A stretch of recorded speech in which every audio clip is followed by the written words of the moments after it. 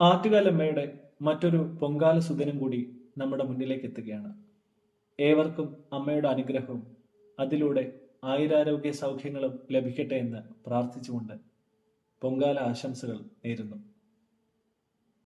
ഭൂമൗസ്കലിതപാദാനാം ഭൂമിരേവാവലംബനം ത്വയി ജാതാ പരാധാനാം ത്വമേവ ശരണം ശിവേ.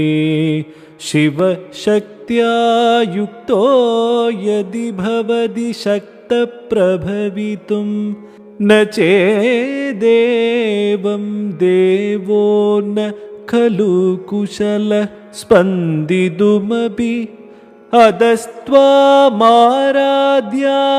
ഹരിഹരവിരിൽജാതിഭിരപി പ്രണതും സ്തോതും വാ കഥമകൃത പുണ്യ പ്രഭവതി.